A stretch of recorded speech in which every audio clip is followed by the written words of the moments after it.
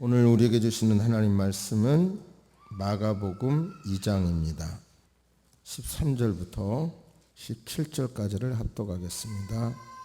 예수께서 다시 바닷가에 나가심에 큰 무리가 나왔거늘 예수께서 그들을 가르치시니라. 또 지나가시다가 알페오의 아들 레위가 세관에 앉아 있는 것을 보시고 그에게 이르시되 나를 따르라 하시니 일어나 따르니라. 그의 집에 앉아 잡수실 때에 많은 세리와 죄인들이 예수와 그의 제자들과 함께 앉았으니 이는 그러한 사람들이 많이 있어서 예수를 따름이로라. 바리새인의 서기관들이 예수께서 죄인과 및 세리들과 함께 잡수시는 것을 보고 그의 제자들에게 이르되 어찌하여 세리와 죄인들과 함께 먹는가? 예수께서 들으시고 그들에게 이르시되 건강한 자에게는 의사가 쓸데없고 병든 자에게라야 쓸데있느니라. 나이는 의인을 부르러 온 것이 아니요 죄인을 부르러 왔노라 하시니라. 아멘. 하나님께서는 평화를 원하십니다. 여러분 모두 다 예수님이 주시는 평화를 누리시기를 축복합니다. 그런데 이 평화가 인류 역사에서 가장 평화로웠던 시대라고 말하는 팍스 로마나의 평화와 어떻게 다른가, 그것을 알아야 주님이 주기를 원하시는 평화가 무엇인지를 명확하게 알 수가 있습니다. 그래서 이 본문을 소개하기 전에 먼저 팍스 로마나에 대해서 말씀을 드리겠습니다.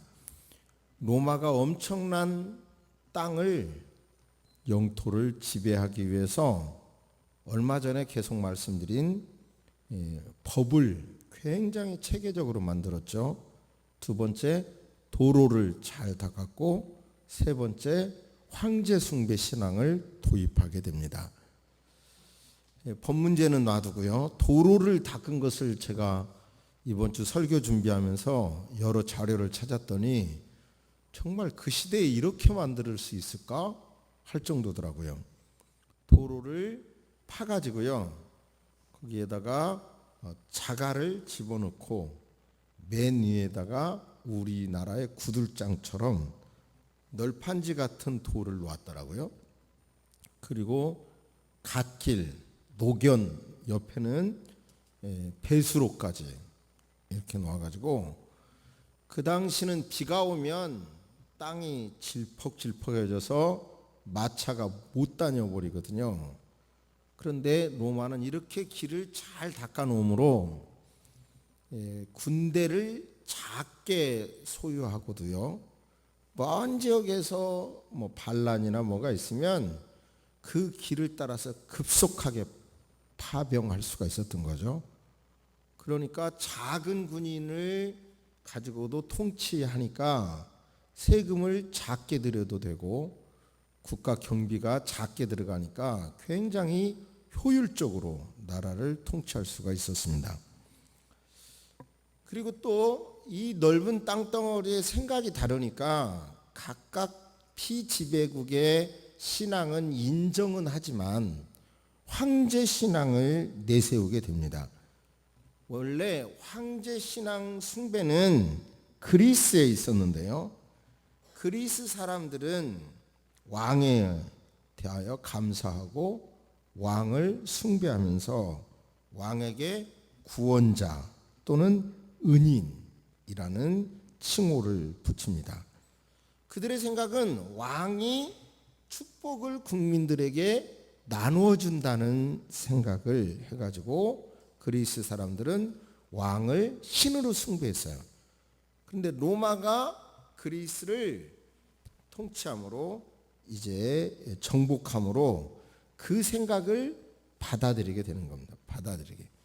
로마는 많은 사상을 헬라에서 유입하게 되잖아요.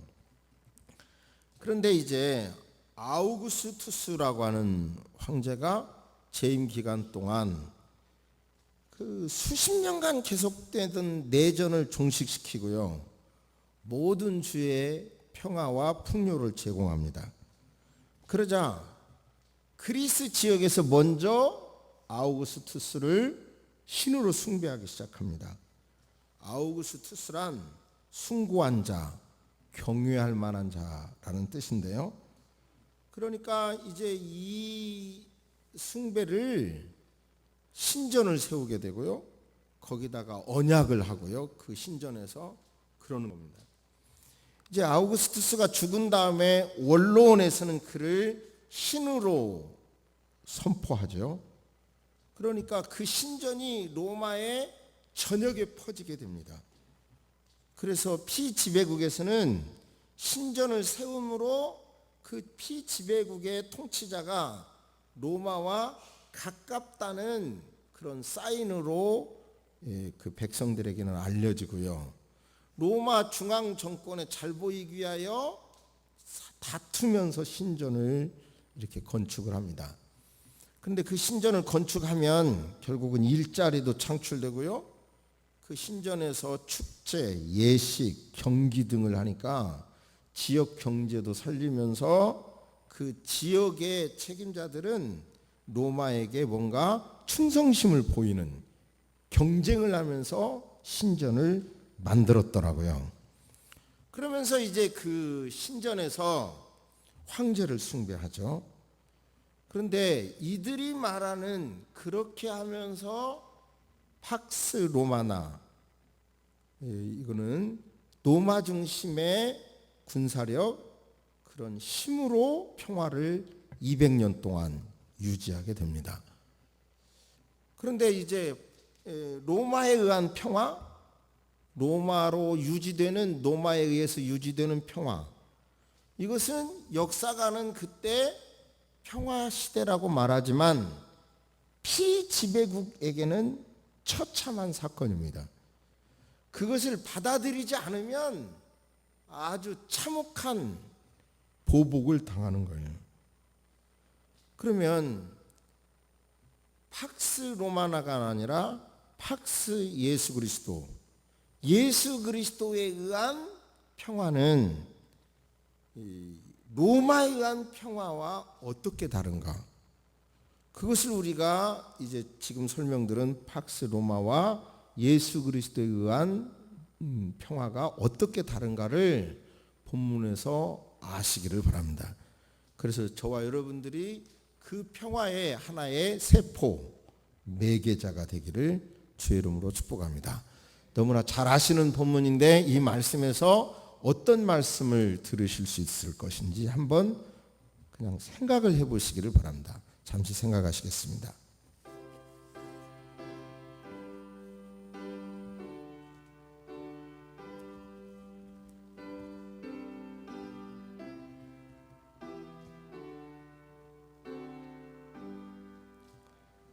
예수께서 바닷가에 나가심에 많은 사람들이 예수님을 따릅니다. 예수님은 물론 말씀을 가르치십니다. 그때 지나가시는 길에 세관에 세무소가 있었고 그 자리에 알페오의 아들 레위가 있었습니다. 근데 여러분, 레위는 별명이고요. 별명. 그리고 마태복음을 쓴 마태입니다. 정확하게 마태가 있었던 거죠. 그리고 그 마태는 어느 지파에 속했냐면 레위 지파 사람이었습니다. 그래서 그를 별명이 레위라고 말하는데요. 마태복음에서는 세리 마태라고 표현합니다. 그러니까 다시요. 레위가 누구라고요? 마태.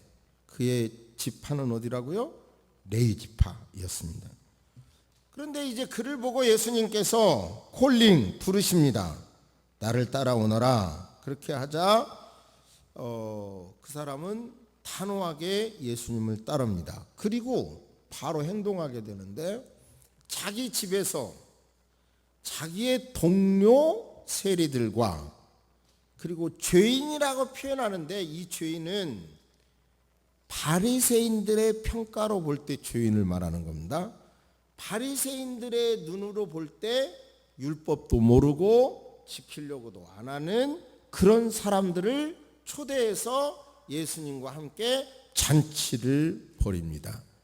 바리새인들이 그 잔치하는 광경을 보고 한다는 소리가 예수님의 제자들에게 어찌해서 너네 선생은 세리와 죄인들과 함께 먹냐.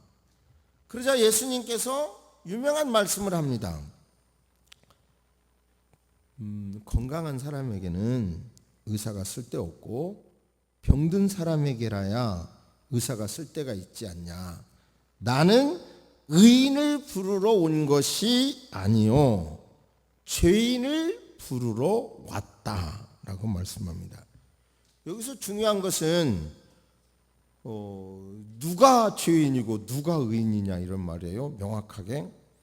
그래서 예수님은 꼭 무슨 죄인만 부르러 왔다는 게 무슨 현실적으로 국가나 사회적으로 이런 사람만 부르러 오셨다는 뜻인지 좀 명확하게 아시기를 바랍니다. 먼저 이 마태가 세리가 된 과정을 좀 생각해 봅시다. 원래 레위 지파는 성전을 섬기면서 먹고 살았어요. 그런데 어떻게 돼요? 성전을 섬기면서 먹고 살았는데 세월이 바뀌어 버린 거예요. 로마가 유대를 지배하게 된 거예요. 로마가 유대인을 인정하기는 하지만 그 레위인들이 성전 봉사해서 먹고 살 수 있는 길이 차단된 거예요. 차단된 거예요. 그러니까 자연히 이 마태는 세리 공무원으로 세무 공무원으로 취업을 했죠. 그런데 그 당시 세무 구조가 로마에서는 피지배국에 세금을 요청하고 그리고 또 이 지역을 관장했던 사람이 누구냐면 헤롯 안티파스입니다. 그런데요, 저도 이번 설교 준비를 하면서 또다시 많은 자료를 찾다가 깜짝 놀랐어요. 헤롯 안티파스는 헤롯이 전체를 통치했었는데 일부 지역을 통치하기 때문에 분봉왕이라 그래요. 분봉왕. 일부 지역을 통치했는데요. 그 사람의 꿈이 전체를 지배하고 싶은 거니까 아까 말씀한 로마 황제에게 인정받기 위하여 토목공사를 합니다. 자연히 뭐 성전 신전 건축한다든지 이런 토목공사를 하게 되고 그렇게 하면서 어떤 지역보다 헤롯 안티파스는 세금을 아주 조직적으로 많이 걷었더라고요. 예를 들어서 이제 그 갈릴리 호수에 그 배를 가라앉혀 버린 사건이 있어요. 배를 가라앉혀 버렸어요. 그리고 세계 고고학계가 발칵 뒤집혔습니다. 예수님이 타셨던 배가 아니냐 이렇게. 이제 그러다가 연구해낸 결과가 뭐냐면 배를 가졌으면 배에 관한 세금을 부과하고 그러니까 배가 너무 많으니 배를 가진 사람이 실 소득이 안 되니까 배를 가라앉혀 버렸다는 생각까지 유추하게 되는데요. 그물 크기에 따라서 세금을 부과하고 그 다음에 또 뭐예요? 고기를 잡으면 싼 가격에 요즘으로 말하면 그 급속냉동 이런 시설은 없었겠지만 소금으로 간하는 그런 공장을 만들어 가지고요 염가로 사서 비싸게 수출을 하는 거예요. 관주도로. 그러니까 이 헤롯 안티파스는 굉장히 세금 거두는 대단한 사람이더라고요. 저도 막 울분이 터져 나오는데 이면도로에서 30km 이상 속도를 내면 들키면 이제 최고 13만 원까지 벌금이 나온대요. 세상에 이런 사람들이 있어요. 13만 원이 벌금 내는 데는 부과하는 데는 작은 돈인가 봐. 그 사람들은. 예? 참 이런 걸 생각하면 요즘 주차 딱지 몇 개를 띄었더니 이 벌점에 벌과금에 대해서 노이로제가 걸리는데요. 얼마나 믿겠어요. 얼마나 믿겠어요. 그러니까 과연 많이 착취했는지 안 했는지를 떠나서 세리라 그러면 유대인들이 보기에 막 지긋지긋한 거예요. 이해가 좀 되십니까? 그러니까 일방적으로 로마에서 요구한 세금에 플러스 알파를 해서 징수했기 때문에 묘했다 이렇게만 생각했는데, 이번에 제가 설교 준비하면서 많은 자료를 찾다가 보니까 이 구조가 유대인이라고 하면 세리 공무원만 보면 아주 머리가 아프게끔 생겼더라고요. 그렇기 때문에 세리를 죄인이라고 한 거예요. 구조가 만들어낸 죄인인 거죠. 구조, 시스템이 만들어낸 죄인이고, 아까 말씀드린 대로 이 본문에 예수님께서 식사를 했던 죄인이라고 하는 사람들도 말하자면 바리새인이 볼 때, 그들의 기준으로 볼 때 죄인이었던 거예요. 율법을 지키지도 않고 그렇게. 그런데 예수님께서는 나는 의인을 부르러 온 것이 아니오, 자네들 같이 그렇게 남을 판단만 하고 내가 죄인이라는 생각을 안 갖고 있는 자네 같은 사람들을 부르러 온 것이 아니요, 차라리 사회가 지목해서 죄인이라고 하는 이 사람들, 세리나 이런 죄인들을 나는 부르러 왔다. 그냥 모두가 다 죄인이니까 예수님은 모두 다를 부르러 오신 거죠.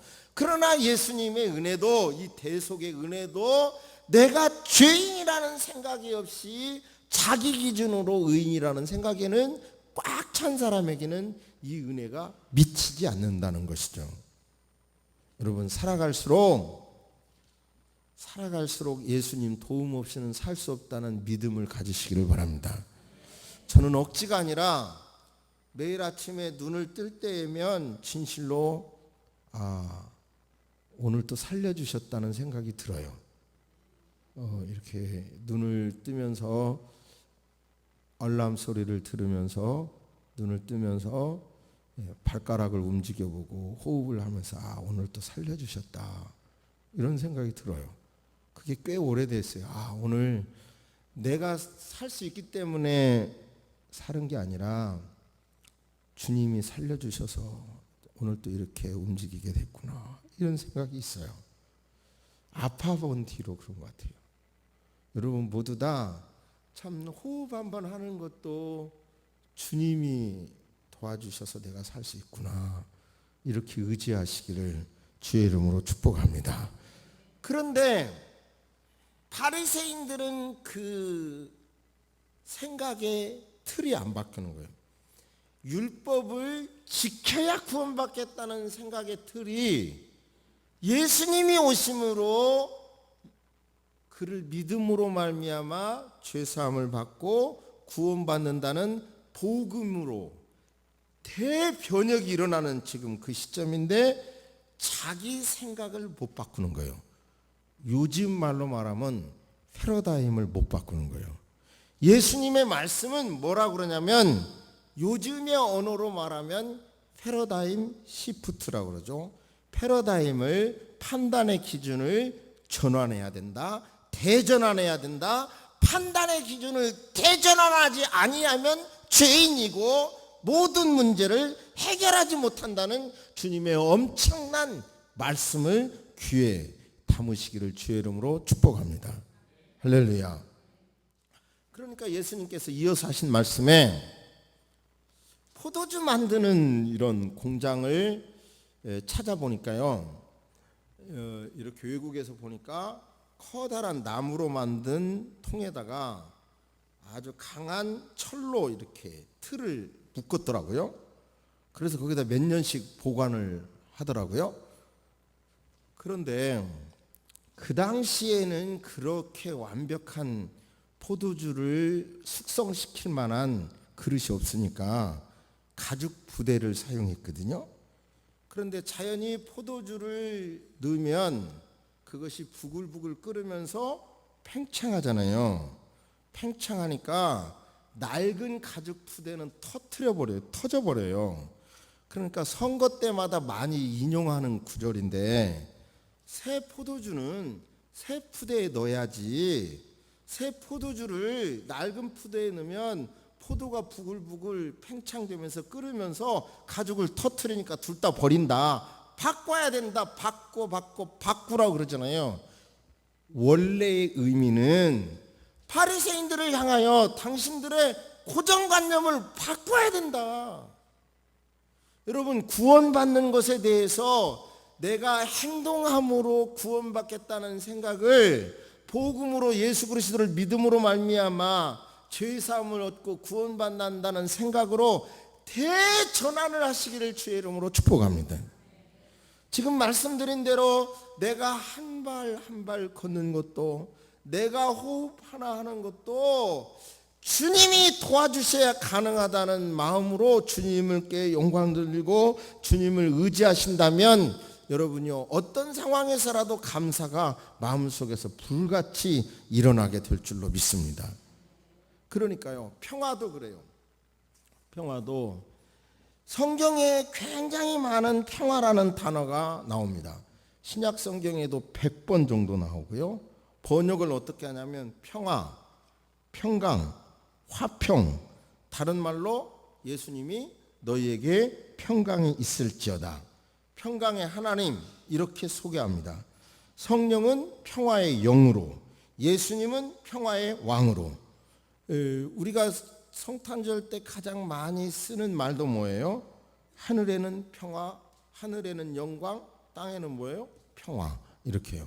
그러니까 예수님이 평화의 왕이라는 거예요. 샬롬이란 전쟁이 없는 상태의 평안을 말하는데요. 박스 로마가 말하는 평화는 힘을 가지고 로마 중심으로 피지배는 억압하면서 이뤄내는 평화라고 한다면 이게 중요합니다. 예수님이 주시는 박스 예수 그리스도는 뭐냐면, 예수님에 의한 평화는 힘없는 죄인에게 지금 들어가잖아요. 힘없는 세리 속에 들어가잖아요. 그 속에 들어가서 삶을 보여주는 거예요. 예수님이 원하는 건 예수님이 가르쳐 주시는 교리만을 믿는 것이 아니라 예수님이 보여주신 삶의 형식을 따라가는 것입니다. 따라가는 그리스도 되시기를 주의 이름으로 축복합니다. 믿음으로만 구원을 얻고 책임이 없는 그리스도인으로 그렇게 의식화가 되면은요, 이건 무시무시한 마약 같은 신앙이 되어버리면 합니다. 주님은 바로 로마가 말하는 평화가 아니라 주님이 말한 평화는 사회적으로 약자가 된 이 사람들, 힘없는 이 사람들, 죄인들 그 속에 들어가는 거예요. 같이 밥 먹는 거예요. 같이 생활하는 거예요. 그들과 함께 지내면서, 그러면서 그들의 잘못을 책망하는 데 앞장서지 아니하고 그들을 위하여, 그들을 구원하기 위하여 본인의 자신을 십자가 제물로 드려버리는 거예요. 그게 예수님이 말씀한 평화입니다. 그 평화는 나약하고 힘이 없는 것 같지만 여러분이요, 잔잔하게 차근차근히 세계를 변화시킵니다. 그래서 그렇게 변하지 않던 노예제도라든지 여성을 비하하는 거라든지 어린이를 학대하는 거라든지 이런 모든 것을 확 바꿔버리고 맙니다. 지금도 바른 신앙은 여러분, 우리가 예수 그리스도가 어떤 잘못된 사상을 깨부수는 두목으로 오신 것이 아니라, 두목으로 모시는 것이 아니라 그분의 삶을 따라서 저와 여러분들이, 그분의 제자들이 어렵고 힘들어도 들어가는 거예요. 들어가서 예수님처럼 네가 잘못했다는 그게 초점이 아니라 바로 내가 십자가 질 몫을 덤덤하게 져가는 그런 사람들을 찾으시고, 그런 사람들에 의해서 예수 그리스도의 평화가 점진적으로 이루어지는 것입니다. 할렐루야. 그 평화의 도구가 되시기를 주의 이름으로 축복합니다. 할렐루야. 좀 더 구체적으로 어떻게 적용할 것인지 한번 생각해 보시기를 바랍니다.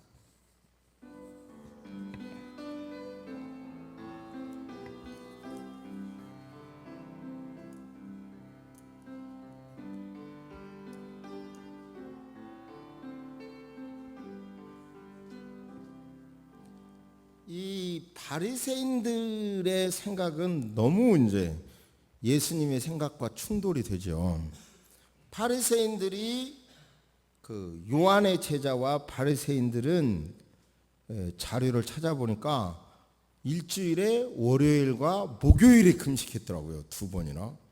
대단한 사람들이야. 그런데 예수님의 제자들은 먹는 거예요. 그러자 저 바리새인과 요한의 제자들은 금식하는데 왜 당신의 선생과 제자들은 금식하지 않소? 이렇게 묻습니다. 그러자 예수님께서 하시는 말씀이 신랑과 함께 있을 때는 금식할 수 없잖냐. 신랑을 빼앗길 날이 올 건데 그날에 금식할 것이다. 그러니까 지금은 그 신랑과 함께 사역을 해야 할 때라는 거예요. 이게 골든 타임이라는 단어 요즘 들어보세요. 지금 마지막 회복할 수 있는 짧은 시간이라는 거예요. 지금 기독교도 한국의 사회 속에 기독교의 원래의 기독교를 회복시킬 수 있는 마지막 골든 타임이라는 거예요. 지금이. 그런데 제가요, 이건 순전히 저 개인의 생각입니다. 이만큼 나이 먹고요, 이만큼 목회하고요, 이만큼 공부하고 느끼는 생각은요, 이 세상은 정말 갑이 있고 그것도 슈퍼 갑이 있다는 거예요. 갑이 있고, 그러니까 갑이나 슈퍼 갑이 죄인이라고 하는 사람이 정말 죄인일까? 이런 생각이 많이 드는 거예요. 쉽게 말하면 김대중 전 대통령도 한때 권력을 가진 세력에 의해서 무시무시한 죄인이라고 판단됐잖아요. 나름대로 절차를 다 밟아서. 그러나 시간이 지나놓고 보니까 그 죄가 없었다는 게 드러나잖아요. 억지로 뒤집어 씌웠다는 게. 우리 기독교 안에서도 뭐 박조준 목사님 같은 경우 구두 밑창에다가 유아를 밀반출했다 이렇게 해서 온갖 망신을 다 졌는데 시간을 지나놓고 보니까 그런 것도 다 조작된 사건이라는 게 드러나잖아요. 그러니까 의식이 있다고 하면 언론이 죄인이라고 하는 사람이 죄인인가? 죄인이라고 말하는 사람이 죄인인가? 뭐 이런 것들 많이 생각을 해봐요. 제가 제 이름을 쳐보면 어떤 신문사에서 막 나를 아주 나쁜 놈이라고 막 글을 써댄 게 너무 많아요. 그럼 그 글만 읽으면 내가 죄인인가? 그 사람의 관점인 거예요. 그 사람의 관점에서 내가 죄인이라는 건데 결국은 이제 시간이 지날수록 그것이 다 뒤집어지고 있어요. 그건 모함이었구나. 그러니까 적어도 정말 우리가 살고 있는 이 시대는 언론이 너무 발달돼 있고요. 더군다나 신문사를 너무 쉽게 만들 수도 있거든요. 그러니까 그 언론을 통해서 막 알 권리라고 하는 언론의 자유를 통해서 막 매도를 해요. 과연 그 매도 당하는 사람이 정말 죄인인가? 그렇게 매도하는 사람이 죄인인가? 이게 나이가 먹을수록 이거 정말 잘 생각해야 되겠다는 생각이 들어요. 아무튼 예수님께서는 말씀하십니다. 지금은 신랑이 빼앗기 전에 마지막 기회니까 우리 그리스도인들이 구조적으로 어려움 당하는 사람들에게 우리가 다가가서, 그러니까 내가 뭐 높은 자리가 아니라 내가 낮은 자리에 있다 할지라도 힘을 가진 사람에게도 또 다가가서 여러분 삶으로 예수님과 같이 사람을 세워주는 그런 일을 하는 그리스도인들을 지금도 찾고 있으십니다. 예수님께서 레위를 부르시고 그의 동료들과 죄인들과 함께 어울린 것처럼 여러분 지금 현재 어떤 상황에 의해서 몰려서 여러분 어려움 당하는 사람에게라도 다가가서 그를 세워주는, 즉 죄인을 부르는, 진짜 죄인이라 하더라도 또는 죄인의 지금 모함 속의 죄인이 됐다 하더라도 힘들어도 다가가서 그를 세워주는 작은 그리스도인들이 되기를 주의 이름으로 축복합니다. 책망은 누구나 다 하는 거예요. 그러면서 우리는 좀 패러다임의 시프트, 생각의 대전환을 이루어서 이렇게 낮은 자리로 다가가고, 내가 높은 자리에 있다고 하면 낮은 자리에 내려가고, 내가 낮은 자리에 있다고 하면 높은 자리의 사람에게라도 다가가서 여러분요, 우리의 마음을 예수 그리스도의 이 나타난 이 모습을 보여드립시다. 교리로만 교인 되지 마시고 이런 삶의 모습에서 교인이 되시기를 주의 이름으로 축복합니다. 할렐루야. 세상 사람들은 뭐 높고 화려하고 크고 그러면 잘 되는 거라고 생각해요. 근데 우리는 패러다임 시프트, 대전환하셔서 진짜 힘없는 저 사람 속에 진실이 있을 수 있고 정의가 있을 수 있고 저 사람이 진짜 바를 수도 있다는 생각을 가지고 다가가는 그리스도인, 그를 위하여 기도하는 그리스도인 되시기를 주의 이름으로 축복합니다. 할렐루야. 아멘. 물은 높은 데서 낮은 데로 흐릅니다. 계속해서 높은 데서 낮은 데로 흘러 갑니다. 흘러가다가 깊이 패여진 곳이 있으면 그 자리에 머물러서 그 자리를 채워줍니다. 주님, 우리 그리스도인들이 세상 사람들과 똑같이 높은데 잘 나가는 사람에게만 칭찬하고 격려하고 잘 보이고 싶어하고 그런 것이 아니라 우리는 흘러 물처럼 낮은 데로, 때로는 깊은 상처 속에 있는 사람과 함께 조용히 머물러 가면서 주님, 그렇게 흘러가는 주님의 모습을, 주님이 보여주신 삶을 실천하는 우리가 되게 하여 주옵소서. 이 사회가 만들어내는 구조 속에 한숨을 쉬며 절망하고 있는 수많은 사람들, 하나님 아버지 일으켜 세워주옵시기를 기도합니다. 주님, 기도하는 것은 통일의 그날도 속히 허락하여 주시고 우리가 죄짓지 않아서 전쟁이 일어나지 않도록 우리를 지켜주옵시기를 기도합니다. 세상 사람들과 다른 가치관으로 물처럼 낮은 데로 흘러가는 삶, 예수님처럼 십자가를 내가지는 삶, 그런 삶을 살아갈 수 있도록 도와주옵소서. 지금은 우리 주 예수 그리스도의 은혜와 우리 하나님의 놀라우신 사랑과 성령님의 감화 감동 교통하심이, 죄인을 부르러 오신 예수님, 그분의 뒤를 따르기로 다짐하는 모든 성도 위에 이제로부터 영원토록 함께 있을지어다.